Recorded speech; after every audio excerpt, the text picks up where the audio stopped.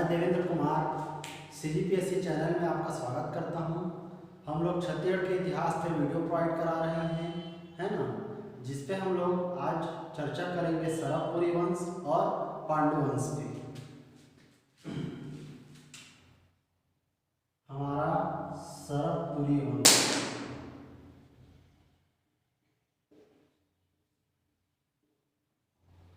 सरबपुरी वंश ने 6वीं शताब्दी से लेकर 7वीं शताब्दी तक क्या किया है? शासन किया है।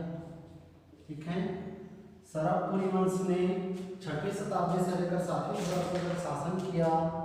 सरबपुरी वंश को अन्य नाम से भी जाना गया है। इसका अन्य नाम मिलता है अमरार्य कुल या फिर अमरज कुल भी कहते हैं। ठीक है, अमरार्य कुल या अमरज कुल छत्तीसगढ़ के इतिहास में किसको कहा गया है? तो सरबपुरी वंश को कहा गया है। क्वेश्चन कई बार आता है हमारा, जिन्होंने आपका 6वीं शताब्दी से लेकर 7वीं शताब्दी तक क्या किया है? शासन किया है। इनके शासन क्षेत्र के बारे में इतिहासकारों का अलग अलग मान्यता है। कई लोगों ने बताया कि ये सारंगगढ़ क्षेत्र में शासन किए हैं, राजधानी बनाए हैं। कई ने बताया है कि इन्होंने आपका संबलपुर क्षेत्र में शासन किया। कई लोगों ने सिरपुर बताया, कई लोगों ने मल्हार बताया। ठीक है, तो इसके शासन या राजधानी क्षेत्र कई हमें मिलते हैं छत्तीसगढ़ के इतिहास में। सारंगगढ़, संबलपुर, सिरपुर, मल्हार, इसमें से आपका ज्यादा मात्रा में सिरपुर वगैरह हमें मिला है। तो याद रखना है, ये सभी इनकी क्या बनी है? राजधानी बनी। कोई आपका ऑथेंटिक नहीं है कि ये यही राजधानी था।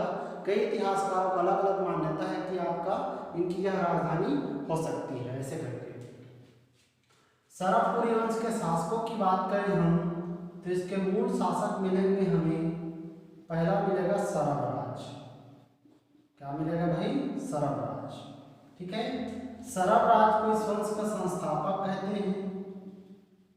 ये क्वेश्चन आपका बहुत बार पूछा जाता है कि सरबपुरी वंश के संस्थापक का क्या नाम है? तो सरबराज है। इसी के नाम पर इस वंश का नाम क्या पड़ा है? वंश का नाम पड़ा है सरबपुरी वंश। तो यह भी एक इंपॉर्टेंट फैक्ट है कि सरबपुरी वंश का नाम किसके नाम पर रखा गया है? तो सरबराज के नाम पे। सरबराज का वर्णन हमें भारतीय इतिहास में आपका राजा है भानुगुप्त। भानुगुप्त वही शासक है जो कि किस वंश का था?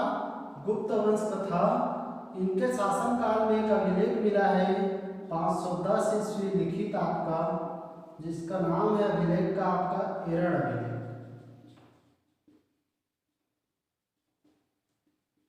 क्या अभिलेख? एरड़ अभिलेख मिला है किसका? भानुगुप्त का। और इस एरड़ अभिलेख में आपका ईस्वी लिखा गया है कितना? 510 ईस्वी। इस एरड़ अभिलेख में आपका सरबराज की जानकारी मिलती है। सरबराज के नाम का वर्णन किया गया है आपके किस अभिलेख में भाई? भानुगुप्त के एरड़ अभिलेख में। तो आप याद रखना, भानुगुप्त के एरड़ अभिलेख में आपको किसकी जानकारी मिलती है? सरबराज की जानकारी मिलती है। इस एरड़ अभिलेख में ईस्वी लिखा गया है कितना? 510 ईस्वी। और इस एरड़ अभिलेख के बारे में और इम्पोर्टेंट फैक्ट अगर देखें तो भानुगुप्त के एरड़ अभिलेख में आपका सती प्रथा का लिखित साक्ष्य मिला है।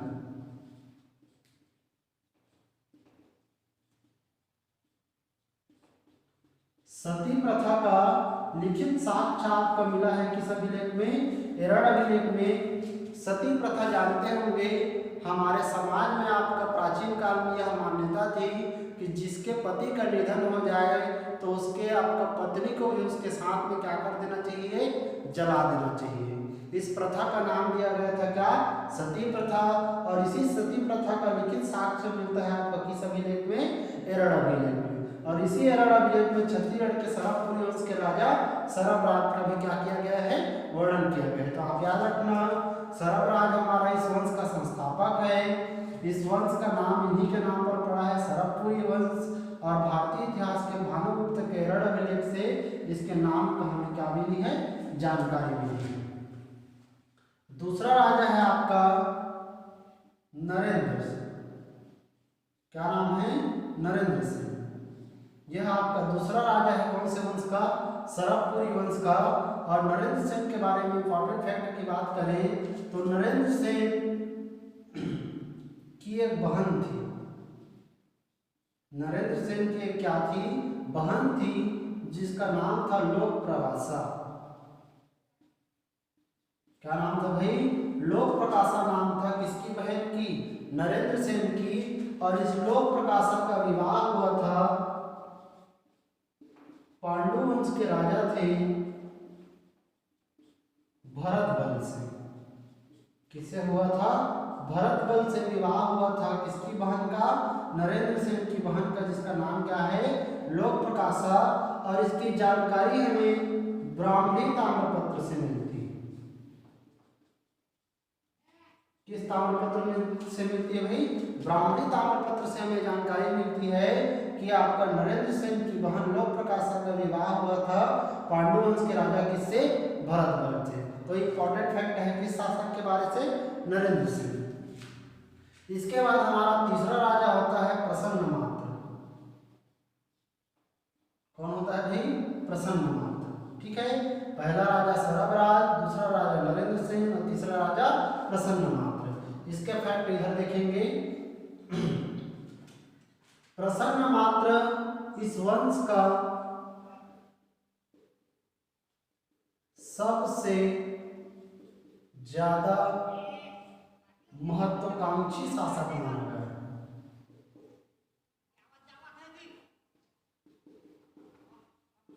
कैसा शासक माना गया है, महत्वाकांक्षी शासक माना गया है। महत्वाकांक्षी का अर्थ होता है जिसकी इच्छाओं का आपका सीमा निश्चित न हो, उसको महत्वाकांक्षा कहा जाता है। तो हमारे जो प्रसन्नमात्र हैं सरबपुरी वंश के, ये अपने साम्राज्य विस्तार करने की इनको बहुत ज़्यादा इच्छा थी, बहुत ज़्यादा मात्रा में आपका साम्राज्य विस्तार करना चाहते थे और उनकी इच्छा का अंत ही नहीं था। इस कारण इनको इस वंश का आपका सबसे ज़्यादा क्या माना गया है, महत्वाकांक्षी शासक माना गया है किसे, प्रसन्नमात्र को। प्रसन्नमात्र के आपका प्रसन्नपुर शहर का निर्माण किया उन्होंने। प्रसन्नपुर शहर का निर्माण किया किस नदी के तट पर, निडिला नदी के तट पर। ठीक है, आप याद रखना, प्रसन्नमात्र ने प्रसन्नपुर शहर का निर्माण किया किस नदी के तट पे, निडिला नदी के तट पे। प्रसन्नपुर शहर वर्तमान में कौन सा शहर है पूछेगा तो मल्हार शहर है। कौन सा शहर है, मल्हार, जो कि कहाँ आता है भाई, बिलासपुर में आता है आपका कौन सा शहर, मल्हार शहर। और निडिला नदी वर्तमान में कौन सी नदी है तो लीलागढ़ नदी है। कौन सी नदी है, लीलागढ़ नदी। तो यहाँ से दो प्रश्न आपको पूछा जा सकता है, निडिला नदी किसका प्राचीन नाम है तो लीलागढ़ नदी का, प्रसन्नपुर किसका प्राचीन नाम है तो मल्हार शहर का। और इस शहर के निर्माणकर्ता किसको माना जाता है तो प्रसन्नमात्र को माना जाता है, जो कि सरबपुरी वंश का एक कैसा राजा था, महत्वाकांक्षी शासक था। प्रसन्नमात्र ने आपका सोने व चांदी के सिक्का चलाया। सोने और चांदी के सिक्का चलाने का श्रेय आपका किसको दिया जाता है, प्रसन्नमात्र को दिया जाता है। और सर्वाधिक सोने और चांदी के सिक्के हमें आपके इस वंश के किस शासक से मिला है, प्रसन्नमात्र से। तो इंपॉर्टेंट फैक्ट है, आप याद रखना है, प्रसन्नमात्र किस वंश का राजा है तो सरबपुरी वंश का राजा है। प्रसन्नमात्र एक कैसा शासक है तो महत्वाकांक्षी शासक है। प्रसन्न राज ने आपका प्रसन्नपुर शहर का निर्माण किया किस नदी के तट पर, निडिला नदी के तट पर। और प्रसन्नपुर वर्तमान में कौन सा शहर है तो मल्हार शहर है। और निडिला नदी वर्तमान में कौन सा आपका जगह है, कौन सी नदी है तो लीलागढ़ नदी है। और इन्होंने आपका सोने व चांदी की क्या चलाए, सिक्के चलाए। चलिए आप इसको नोट कर लीजिए, फिर हम आगे बढ़ते हैं। चलिए भाई, इसके बाद हम सरबपुरी वंश को कंटिन्यू करते हैं। हम लोगों ने 3 राजाओं को पढ़ लिया, सरबराज, नरेंद्र सेन और आपका प्रसन्नमात्र। इसके बाद हमारा राजा मिलता है प्रवरराज। कौन मिलता है? प्रवरराज प्रथम कहते हैं इसको। प्रवरराज प्रथम के बारे से देखिए, प्रवरराज प्रथम ने यह भी एक क्या महत्वाकांक्षी शासक था। कैसे शासक बताए गए हैं? एक महत्वाकांक्षी शासक बताया गया है किसको? प्रवरराज प्रथम को। ठीक है, प्रवरराज प्रथम ने अपनी राजधानी बनाई थी श्रीपुर को। किसको बनाई थी? श्रीपुर को। और इस श्रीपुर वर्तमान में आपका सिरपुर शहर है। कौन सा शहर है? सिरपुर। और सिरपुर वर्तमान में किस जिले में? छत्तीसगढ़ के भाई, छत्तीसगढ़ के महासमुंद जिले में स्थित है हमारा कौन सा जगह? सिरपुर नाम का जगह, जिसको राजधानी बनाया था किस व्यक्ति ने? प्रवरराज प्रथम ने। तो आप याद रखना, प्रवरराज प्रथम एक महत्वाकांक्षी शासक था। यह भी इन्होंने अपनी राजधानी कहाँ बनाई थी? श्रीपुर को। और श्रीपुर वर्तमान का कौन सा शहर है? सिरपुर शहर है। इसके बाद हम देखते हैं नेक्स्ट शासक को। हमारा नेक्स्ट शासक है आपका सुदेवराज। कौन है? सुदेवराज। देखिए सुदेवराज के बारे से, सुदेवराज का दो अभिलेख मिले हैं।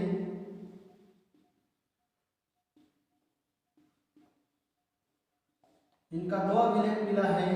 एक तो आपका महासमुंद अभिलेख और एक कौवा ताल अभिलेख। बढ़िया से समझेंगे इसको।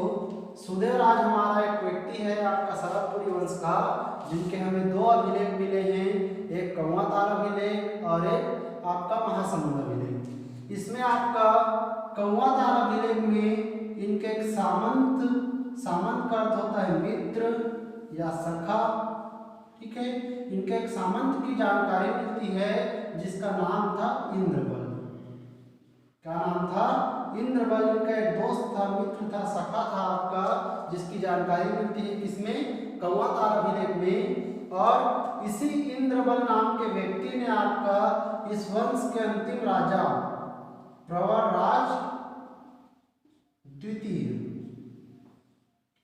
है ना भाई, प्रवरराज द्वितीय को बताया गया है कि ये जो सामंत थे इनका इंद्रबल, इन्होंने ही प्रवरराज द्वितीय की क्या की थी? हत्या की थी। और हत्या करके एक नए वंश की स्थापना की थी, जिस वंश का नाम हमें मिलता है कौन सा वंश? पांडु वंश। तो हमारे पांडु वंश के संस्थापक मिलता है कौन? आपका इंद्रबल। और इंद्रबल किसका दोस्त था? सुदेवराज का। इसमें आपका एक कहावत आपका फिर बैठता है, घर का बेदी लंका ढाए वाला, है ना, यही इसका मित्र था। और इसी ने आपका इस वंश के अंतिम राजा प्रवरराज द्वितीय की क्या कर दी थी? हत्या कर दी थी और एक नए वंश की स्थापना की थी। कौन सा वंश? पांडु वंश। तो इस प्रकार से हमारा सरभपुरी वंश के राजाओं का फैक्ट इतना है। इस वंश में अन्य राजा मिलते हैं हमें, अन्य आपको एक दो राजा और मिले हैं।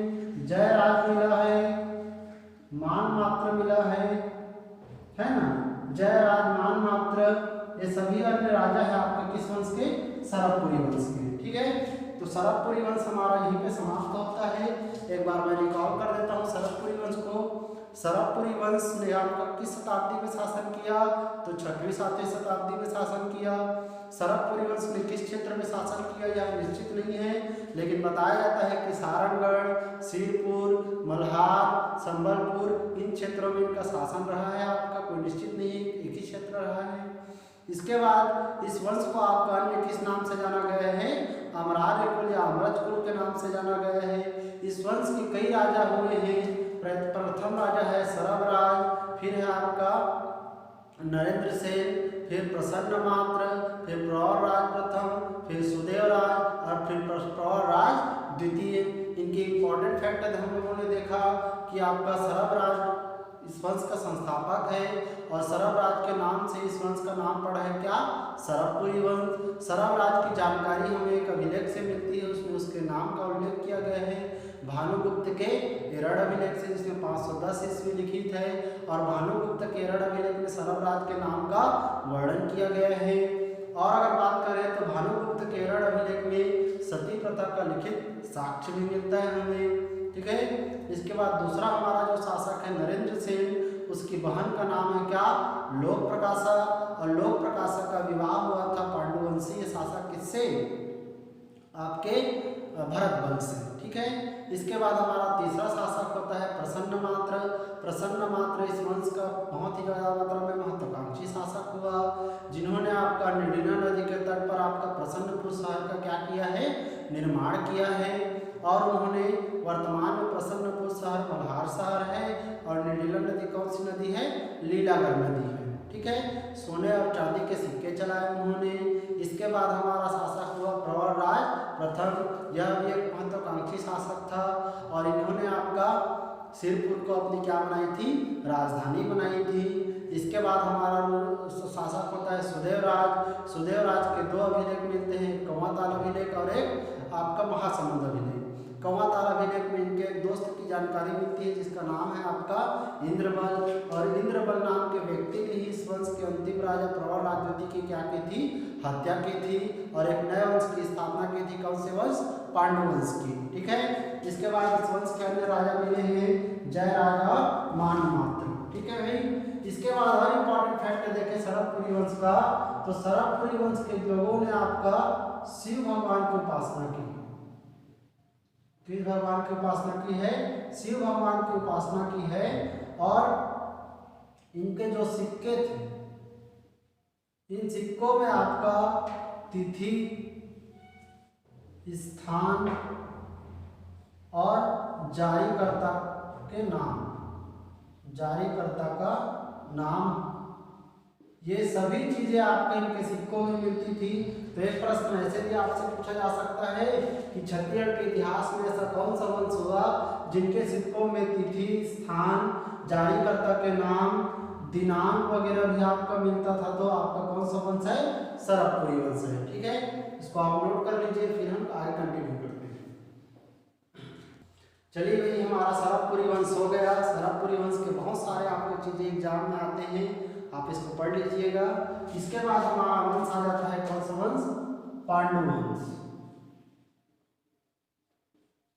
पांडु वंश, इन्होंने आपका 6वीं 7वीं शताब्दी में क्या किया है, शासन किया है। पांडु वंश की हमें दो शाखाएं मिलती हैं, है ना।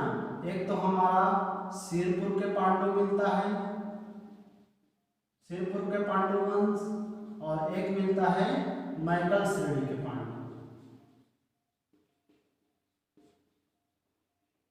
इसको इस कारण ऐसा कहा गया है क्योंकि आपके जो पांडु वंश है इनकी दो शाखाएं थी। एक सिरपुर मतलब महासमुंद क्षेत्र था, महासमुंद का आपका कौन सा क्षेत्र, सिरपुर क्षेत्र था। यहाँ पे रहकर शासन किए हैं उन लोगों को हम लोगों ने सिरपुर के पांडु वंश की संज्ञा दी है। और मैकल श्रेणी जानते होंगे, ये हमारे जो तटवर्ती आपका जिले हैं, अभी पेंड्रा, गौरेला, मरवाही, मुंगेली, कवर्धा, राजनांदगांव, ये सभी आपका किसमें आपका आते हैं, मैकल श्रेणी में आते हैं। हम छत्तीसगढ़ के भूगोल में पढ़ेंगे, ये जो मैकल श्रेणी है यह आपका सतपुड़ा पर्वत का हिस्सा है। किसका हिस्सा है, सतपुड़ा पर्वत का हिस्सा है आपका। कौन सा आपका पर्वत, मैकल श्रेणी। ठीक है, और इस मैकल श्रेणी हमारे छत्तीसगढ़ के 4 जिलों को घेरा हुआ है, पिंडरा, गौरेला, मरवाही, मुंगेली, कवर्धा और राजनांदगांव। और यहीं पे एक जगह मिलता है हमें जो छत्तीसगढ़ बॉर्डर और एमपी बॉर्डर के बीच में है, जिस जगह को कहते हैं हम अमरकंटक। क्या कहते हैं भाई, अमरकंटक कहते हैं। और इसी अमरकंटक क्षेत्र में शासन किए हैं उन लोगों को हम लोगों ने नाम दिया है क्या, मैकल श्रेणी के पांडु। तो आप याद रखना, पांडु की छत्तीसगढ़ में कितनी शाखाएं थी, 2 शाखा, एक तो सिरपुर के पांडु और एक मैकल श्रेणी के पांडु। सिरपुर के पांडवों ने आपका महासमुंद के सिरपुर क्षेत्र में रह के शासन किया, इस कारण इसको सिरपुर के पांडव कहते हैं।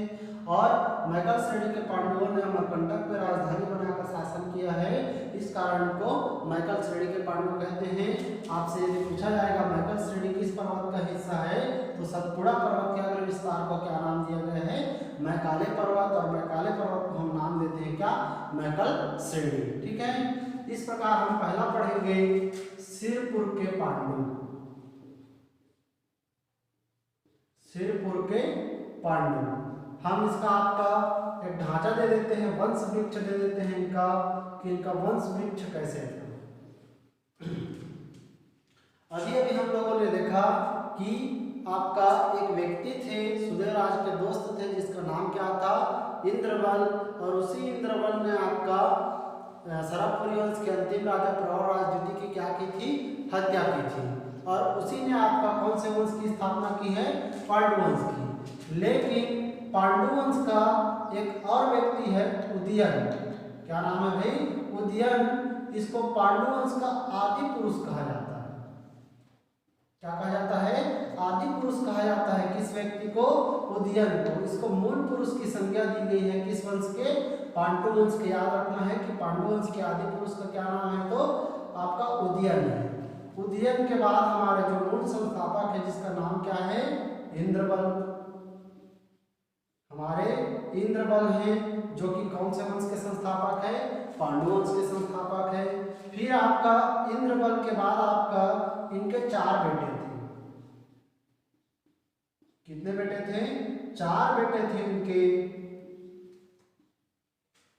सबसे बड़ा था नंदराज प्रथम, सूरबल,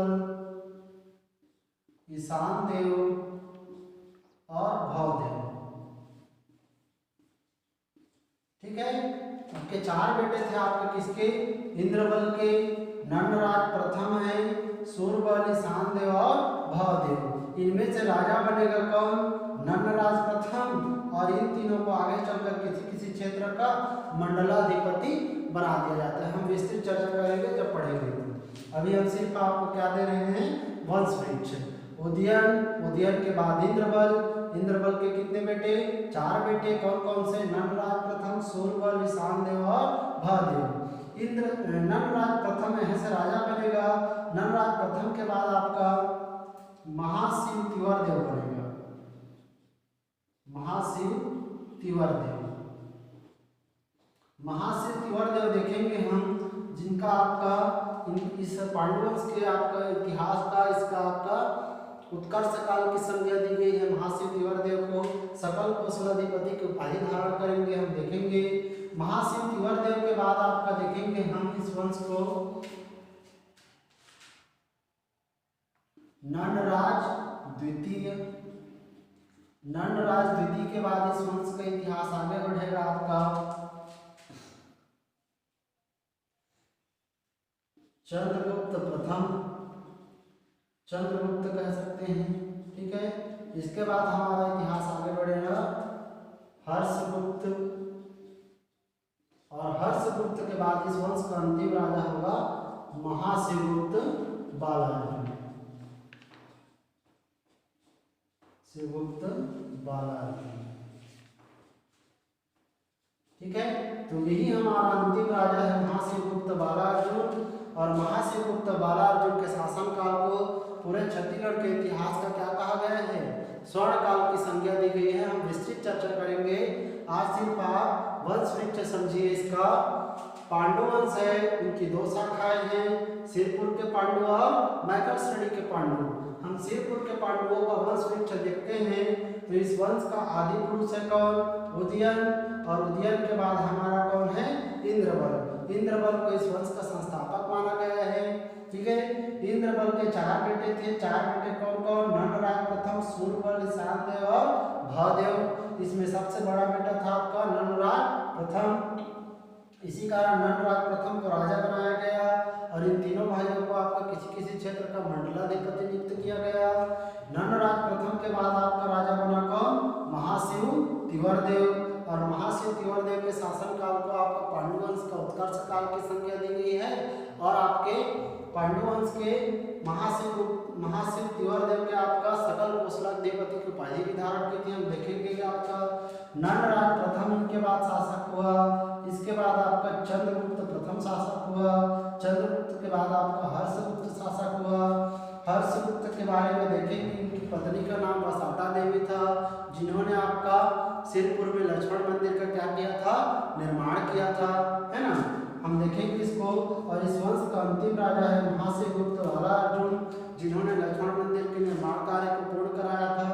इस वंश वृक्ष को आज आप समझ लीजिए, कल हम इसका विस्तृत अध्ययन करेंगे, ठीक है। और हमारा एक और आपका श्रेणी है, कौन सा श्रेणी? मैकल श्रेणी के पांडु। मैकल श्रेणी के पांडु में देखिए कौन कौन इसके आपका शासक रहे हैं। मैकल श्रेणी के पांडु में आपका रहे हैं आपका जयबल, वत्सराज,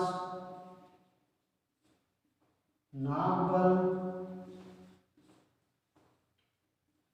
भरतबल और आपके अंतिम राजा हुए हैं सूरबल, ठीक है।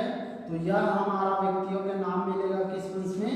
मैकल श्रेणी के पांडु में जयबल, वत्सराज, नागबल, भरतबल और सूरबल, ठीक है। इसको हम कल विस्तृत चर्चा करेंगे, आज के लिए इतना ही रखते हैं, है ना।